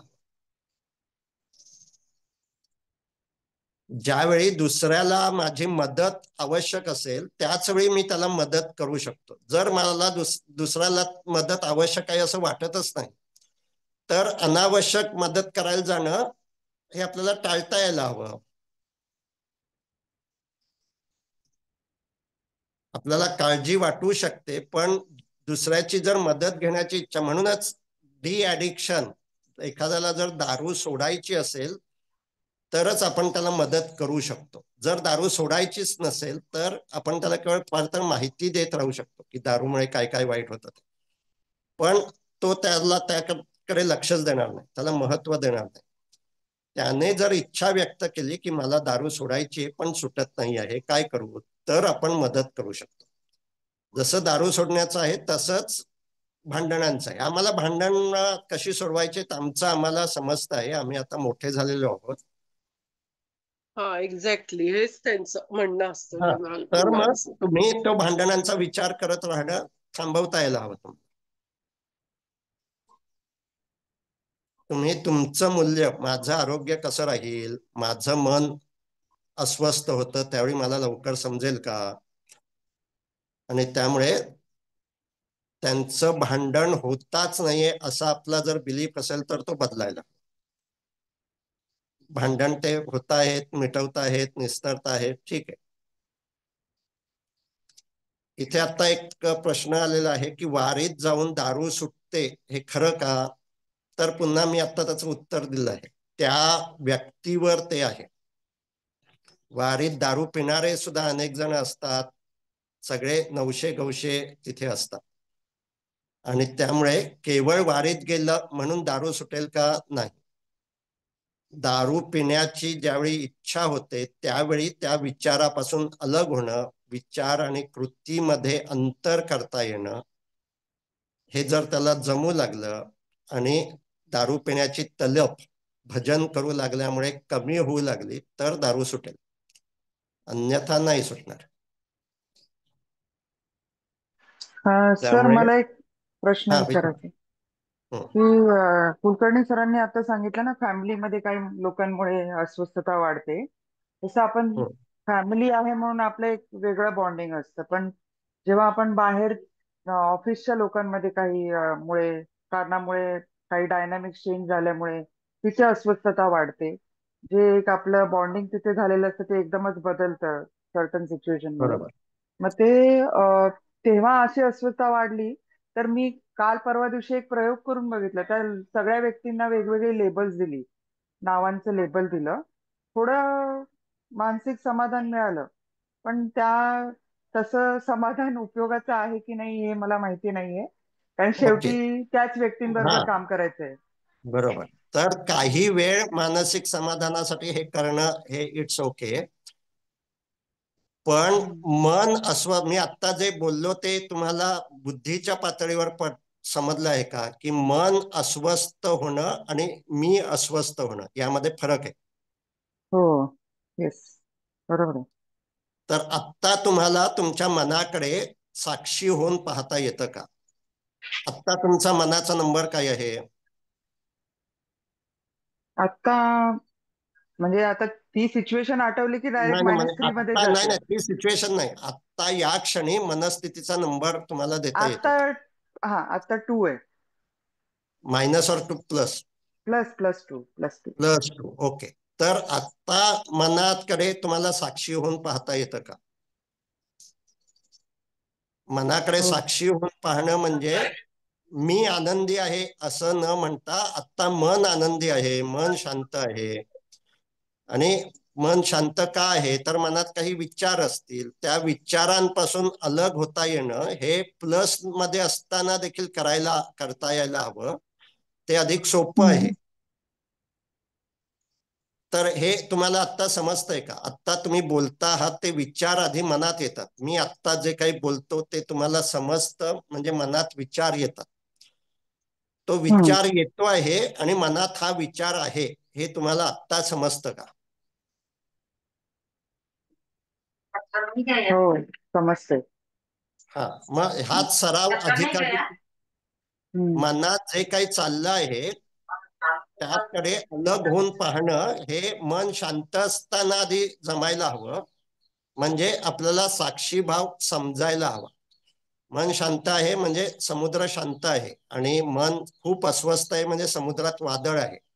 एकदम आपण जर वादळात हे प्रयत्न करायला लागलो तर ते जमणार नाही. सुरुवातीला लाटा कमी असताना मनात जे काही आहे त्यापासून आपल्याला अलग होता येत आहे. आता मनात शांतता आहे किंवा उत्साह आहे किंवा मन थोडंसं प्रसन्न आहे, याकडे देखील काही वेळ साक्षी होऊन पाहणं जमू लागलं की मन अस्वस्थ आहे याकडे देखील साक्षी होऊन पाहणं जमू लागतं. बरोबर आहे. म्हणजे समुद्राच्या लाटा शांत शांत असताना पण साक्षी होऊन ते शांत आहे हे एक्सेप्ट करून, म्हणजे आहे हे त्याचा स्वीकार बघणे, करायला हवा. हा आणि स्वीकार शांत, केल्यानंतर सतत असं शांत असायलाच हवं असा विचार करत राहणं थांबवायला हवं. हा मन शांत सतत राहणार नाही, ते बदलणार. बरोबर आहे. आणि त्यामुळे आत्ता जशी मनस्थिती आहे तशीच कायम राहायला हवी, हा देखील अविवेकी हट्ट आहे.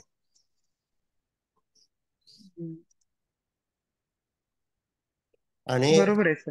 भान विकसित करणं की आत्ता मन शांत आहे, ठीक आहे. अशी एक झेन स्टोरी आहे, त्यामध्ये तो शिष्य येऊन झेन मास्टरला सांगतो की माझं मन खूप अस्वस्थ आहे. तो म्हणतो ठीक आहे, साक्षी होऊन पहा, हेही बदलेल. काही वेळानं तो सांगतो हो आता माझं मन शांत आहे. तो मास्टर सांगतो तेही साक्षी होऊन पहा, हेही बदलेल. म्हणजे मन शांत देखील सतत राहणार नाही, मनाचा तो स्वभाव नाही. आणि त्यामुळे हे भान असणं की मन बदलत राहणार, काही वेळा अस्वस्थ होणार, काही वेळ शांत होणार. शांत असताना आपण साक्षी राहण्याचा सराव काही वेळ जरी केला तरी मग मन अस्वस्थ असताना साक्षी होणं जमू लागेल. आणि त्यामुळे तुमचा जो मूळ प्रश्न होता की मन अस्वस्थ होतं, तुमचे जे काही कलिग्स, इतर जे काही तुम्हाला वागणूक देतात, तुमच्याशी बोलतात, तुमच्या कामाबद्दल काही काम कमी करतात किंवा जास्त करतात, हे सगळं जे काही होतं त्या वेळी आता मन अस्वस्थ आहे हे भान राहणं आणि त्याचा स्वीकार करता येणं, हे जेवढं जमेल तेवढं तुम्हाला होणारा त्रास कमी होईल. तर मन शांत राहत काही वेळेला त्या समस्यांचा विसर पडलेला असतो म्हणून शांत राहत, ही गोष्ट वेगळी. आणि ज्या वेळेला त्या समस्या मनात असतात पण तिथे असं असते की हो हे माझ्या हातातलं नाही, किंवा हा माझा इरेशनल बिलीफ आहे, आणि शांत राहणं, ह्या दोन अजून वेगळ्या गोष्टी झाल्या का? हो हो, या दोन वेगळ्या गोष्टी झाल्या. ही तुम्ही आता अरिबीटी म्हणजे जी काही थेरपी आहे स्वतःला, आता आपण भक्तीमध्ये म्हणतो श्रद्धा, की आता परिस्थिती वाईट आहे, एखादा आजार झालेला आहे, पण मी या आजारातून बाहेर पडेन, ही श्रद्धा मनात आहे आणि त्यामुळे मन शांत आहे. ओके, ती श्रद्धा अधिकाधिक वेळ विकसित करायला हवी, पण त्याचबरोबर ती श्रद्धा डळमळीत होणं हे देखील स्वाभाविक आहे. काही वेळा मनात नकारात्मक विचार येणं आणि मन अस्वस्थ होणं हे स्वाभाविक आहे. त्यावेळी ते भान राहणं की आत्ता माझ्या मनातली श्रद्धा डळमळीत झाली आहे आणि त्यामुळे मनात संशय, शंका, माझे आजार वाढत जातील की काय असे विचार अधिक येत आहेत. आत्ता मनात जे काही चाललं आहे त्याचा मला स्वीकार करता येतो आहे, म्हणजे साक्षी होता येत आहे. मनात हे विचार येत आहेत, मन अस्वस्थ आहे, -3 आहे, पण मी मन नाही आहे. मनाच्या अस्वस्थतेचा स्वीकार करता येणं हे आपल्या सरावातलं सर्वात कठीण पण सर्वात महत्वाची गोष्ट आहे. काही क्षण तरी जे जमायला लागलं तरी आपण आपल्या मेंदूचा पॅटर्न चेंज केला. तर या तर हे स्वीकाराबद्दल हा, अश्विनी मॅडम, तुम्हाला हे बुद्धीला समजतंय का की नक्की आपल्याला काय सराव करायचा आहे तो?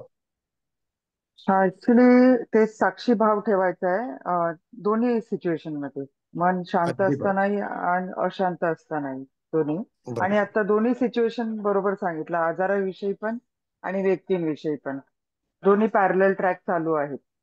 बरोबर. त्यामुळे हे आधी बुद्धीला समजणं, बुद्धीला समजलं तरी प्रत्येक वेळी ते जमतच असं नाही, त्यासाठी सराव आवश्यक आहे. ज्यावेळी हे जमेल, मन अस्वस्थ आहे आणि आपण त्याचा साक्षी होऊन स्वीकार करतो आहोत, असं 1 मिनिट 2 मिनिट जमलं की पुन्हा स्वतःला म्हणजे स्वतःच्या मनाला शाबासकी घ्यायची.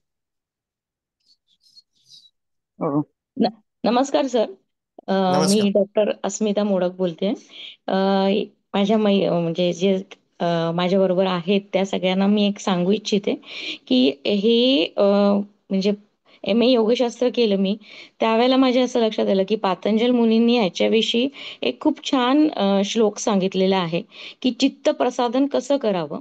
तर त्याच्यामध्ये त्यांनी एक श्लोक सांगितलाय की मैत्री, करुणा, मुदिता उपेक्षाणां पुण्य सुख दुःख पुण्य अपुण्यानां भावनानां चित्तप्रसादनम.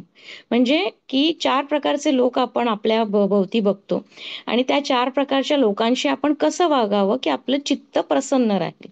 तर जे सुखी लोक आहेत त्यांच्याविषयी मैत्री बाळगावी, जे दुःखी लोक आहेत त्याच्याविषयी आपण करुणा ध्यान जसं केलं आता तशी करुणा बाळगावी, जे पुण्यवान लोक आहेत त्यांच्याविषयी आपण मुदिता म्हणजे आनंदी राहावं आणि जे पापी लोक आहेत किंवा अपुण्यवान, पापी नाही म्हटलं त्यांनी अपुण्यवान म्हटलेलं आहे की त्या लोकांची उपेक्षा करावी.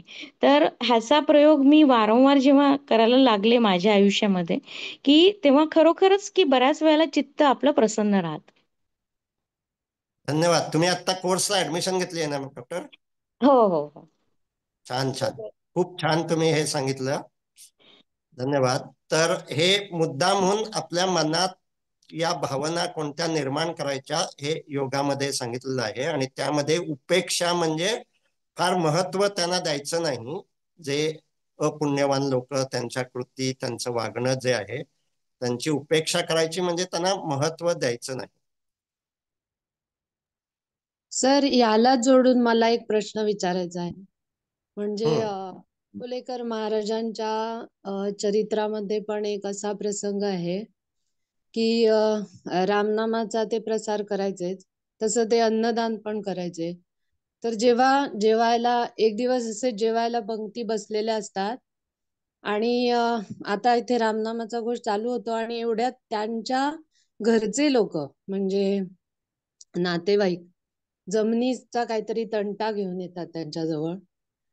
आता महाराज ह्याचे अगदी रामनामात गुंतलेले होते आणि जेव्हा नातेवाईक येतात तेव्हा एकदम एवढ्या याने भांडतात. म्हणजे दोन्ही दोन टोकं सर त्या प्रसंगामध्ये दाखवलेली आहेत.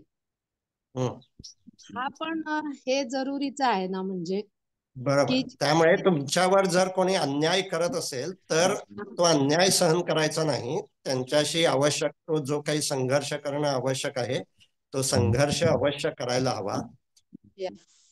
अन्यथा म्हणजे माणसं मऊ लागलं की कोपरा न खणतात, अशी आपल्याकडे म्हण आहे. आणि त्यामुळे अन्याय सहन करणं, आपण जी म्हणतो आहे क्षमा करायची, तर ती त्यामध्ये अन्याय सहन करणं आपल्याला अपेक्षित नाही.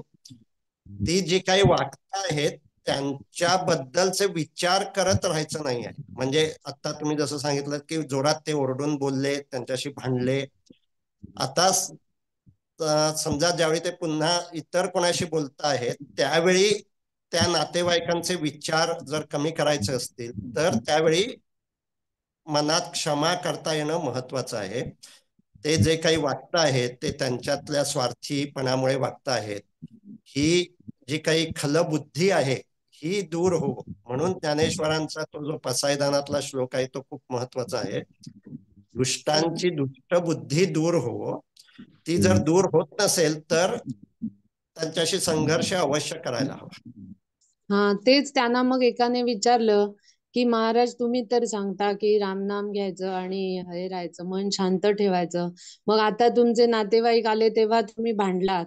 तर मग महाराजांनी त्यांना तेच सांगितलं की जिथे जे गरजेचं आहे ते करायलाच हवं. म्हणून मी हे तुम्हाला दोन त्यामुळे हे तुकारामांनी सुद्धा त्यांच्या अभंगात सांगितलेलं आहे. भले तरी देऊ कमरेची लंगोटी, नाठाळाचे माथी हाणू काठी. येस. हा, त्यामुळे नाठाळ म्हणजे मुद्दाम असा त्रास देणारा, दुष्ट बुद्धी असणारा. आपण आज असं पाहतो की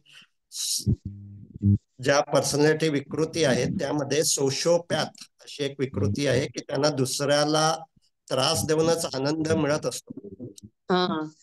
तर अशा व्यक्ती जर असतील तर एकतर त्यांना महत्व न देणं, म्हणजेच त्रास करून न घेणं, आणि जे काही शक्य आहे ते त्यांच्याबाबत शिक्षा करणं, मग कोर्टात जाणं असेल, जे काही शक्य आहे ते करणं आवश्यक आहे. त्यामुळे ह्याला आणि होतं की हे सुद्धा आपल्या एक मेंदूचं प्रोसेसिंगच आहे ना, की म्हणजे मी जे काही पूर्वी वाचलंय किंवा जे काही मी पूर्वी अनुभव घेतले ह्याच्यातून माझा पण मेंदू आता हे करतो ना की मी काय करायला पाहिजे, हे पण होय एक. होय बरोबर. तुमचं जे काही प्रोग्रामिंग आहे त्यानुसार तुमचा मेंदू मनात विचार निर्माण करतो. Okay, thank you sir. ओके. नमस्कार सर, शबरी बोलते. हा नमस्कार. कोणता कोर्स सुरू होतोय सर आता? Certificate in mindfulness therapy. Okay. ज्यामध्ये हे आपले जे हा, तुम्ही आता सराव करता आहात तोच सराव हा, स्वतः करायचा हा. आणि दुसऱ्यांना त्याचं कोचिंग कसं करायचं म्हणजे ओके. काउन्सिलिंग त्याचं ट्रेनिंग असतं. मग कधी सुरू होतोय आणि मला जरा डिटेल्स मिळतील का? हो हो, मी तुम्हाला व्हॉट्सअप करतो. ओके. आणि तेच आता जो हा विषय झाला ह्या मॅडमने बोललं तसंच आपल्या दासबोधात सुद्धा रामदासांनी सांगितलंय, खटासी आणावा खट उद्धटासी उद्धट. अगदी बरोबर. त्यामुळे हा, त्यामुळे सगळ्या त्यामुळे आपल्या आपल्या संतांनी हे सगळं सांगितलेलं आहे, संतांनी त्याचं सांगितलेलं आहे. ऍप्लिकेशन करणं हे महत्वाचं आहे. करेक्ट. आणि आजचं खूपच सुंदर विवेचन होतं तुमचं, सगळंच खूपच छान. थँक्यू. थँक्यू. मला जर सर जरूर पाठवा त्या हो कोर्सचे चालेल. डिटेल्स. हो हो चालेल. सर, संतांनी सगळं सांगितलंय, पण होतं काय माहितीये ना, की असं वाटतं की आम्हाला एकच संतांची हीच बाजू माहितीये की ते शांत चित्त किंवा असेच असायचे कायम. ही सुद्धा दुसरी बाजू कळली पाहिजे ना, म्हणजे बरोबर ना. आपलं. हा. ती जी ते शांतचित्त असायचे असं आपल्याला जे कळतं ते पूर्ण नाही आहे, चुकीचं आहे. नाही. हा हा, हेच सर. आणि येस, तोच थोडासा गोंधळ असतो. ओके. बरोबर. धन्यवाद. तर आपण नीट समजून घेऊन सराव करत राहू.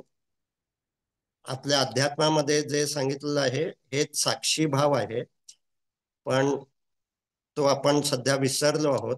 आज आपण अधिकाधिक करुणा भावाचा सराव करत असतो, पॉझिटिव्ह थिंकिंग हे म्हणत असतो, पण ते पुरेसं नाही आहे. कारण सतत आपण जर पॉझिटिव्ह थिंकिंग किंवा विचार करत राहिलो तर आपल्या मनात आपोआप काय चाललंय ते आपल्याला समजत नाही. म्हणजेच मनातला कचरा आपल्याला दिसतच नाही. आपल्याला असं वाटत राहतं की मी शांत, प्रसन्न, तृप्त असं आहे. पण शरीरात जसा कचरा निर्माण होतो तसं मनात कचरा निर्माण होणं हे स्वाभाविक आहे. आणि त्यामुळे जोपर्यंत आपलं मन आहे, आपण जर निर्मन अवस्था म्हणजे सेल्फ रिअलायझेशन, की ज्यावेळी मन हे शिल्लकच नाहीये, मी च केंद्रच मेंदूतलं काम करायचं थांबलेलं आहे, अशा वेळी देखील त्या व्यक्तीच्या मनात दुःख पाहिलं की करुणा भाव निर्माण होतो आणि तो काही ना काही कृती करायला सज्ज होतो. तर मला असं वाटतं की इथे सहभागी झालेल्यांपैकी कुणी असे नसावेत. मी स्वतः नाही, म्हणजेच मी त्या लेव्हलला पोचलेलो नाही की माझ्या मनातले किंवा माझ्या मेंदूतलं मीच केंद्र काम करायचं पूर्णतः थांबलेलं आहे. आजचं सायन्स असं सांगतं की ती अवस्था शक्य आहे की मीच केंद्र काम करायचं पूर्णतः थांबतं, जे ज्ञानेश्वरांनी त्यांच्या ओवीत सांगितलेलं आहे, मी माझे ऐसे स्मरण विसरले जयाचे अंतःकरण पार्था तो संन्यासी जाणं निरंतर. तर त्या अवस्थेला आपण कोणीही नसू आणि त्यामुळे आपल्याला जर असं वाटत असेल की मी सतत प्रसन्न असा असतो तर आपण सजग नाही आहोत याचं ते लक्षण आहे. आपण सतत विचार करतो आहोत, आय एम हॅप्पी, आणि त्यामुळे आपल्याला मनाची प्रसन्नता आहे असं वाटतं आहे, ते काही खरं नाही. मन आहे तोपर्यंत ते कधी ना कधी अप्रसन्न होणार, अस्वस्थ होणार, उदास होणार, चिंता मनात येणार. ज्यावेळी अशी चिंता मनात असेल त्यावेळी ती आपल्याला समजू दे, ते भान आपलं विकसित होऊ दे. आणि त्यासाठी आपल्या बुद्धीला आधी हे समजू दे की मन सतत प्रसन्नच राहायला हवं, ही चुकीची अपेक्षा आहे. मन म्हणून जे काय आहे ते आपल्या मेंदूतल्या रसायनांचा परिणाम आहे आणि मेंदूतली रसायनं बदलत राहतात. कातर वेळी मेंदूतली जी काही प्रसन्न मन करणारी रसायनं आहेत ती कमी होतात. म्हणूनच त्याला आपल्या पूर्वजांनी कातर वेळ असं म्हटलेलं आहे. तर अशी जी कातर भावना म्हणजेच भीतीची भावना, चिंतेची भावना, उदासीची भावना ज्यावेळी आपल्या मनात येते त्यावेळी ती आपल्याला समजणं ही सजगता आहे. आपण सर्वजण ती सजगता विकसित करूया. त्यासाठी हा सराव नियमितपणे सातत्याने करूया. आणि ज्यावेळी मन अस्वस्थ असतं त्यावेळी काही वेळ तरी लगेच त्यावर करता होऊन काहीही न करता मनाची अस्वस्थता देखील काही वेळ साक्षी होऊन स्वीकारणं आणि शरीरात त्यामुळे जे काही होतंय ते देखील साक्षी होऊन स्वीकारणं हा आपला सराव आहे. तो जसा आपण 10 मिनिटं बसून करतो तसं दिवसभरात देखील ज्या ज्यावेळी कोणत्याही कारणानं आपलं मन अस्वस्थ होतं त्यावेळी ते लक्षात येणं आणि काही क्षण तरी मनाचा साक्षी होऊन स्वीकार करणं याला आपण क्षणसाक्षीत्व असं म्हणतो. म्हणजे साक्षी ध्यान सराव 10 मिनिटं 15 मिनिटं बसून करायचं आहे आणि दिवसभरात ज्या ज्यावेळी मन अस्वस्थ होतं त्यावेळी हे क्षणसाक्षीत्व जपणं. आता मन अस्वस्थ आहे त्याचा शरीरावर काय परिणाम होतोय तो पाहूया आणि शरीराकडे लक्ष देणं, शरीरात जे काही जाणवतं त्याचा स्वीकार करणं आणि मनाच्या अस्वस्थतेचा स्वीकार करणं हे आपल्या सर्वांना जेवढं जमेल तेवढं आपला जो काही भावनिक त्रास आहे तो कमी कमी होत जाईल. आणि त्यामुळे याबद्दल तुमच्या मनात कधी काही प्रश्न आले तर व्हॉट्सअप करून अवश्य विचारा. आपण एकमेकांच्या संपर्कात राहूया आणि सराव करत राहूया. धन्यवाद.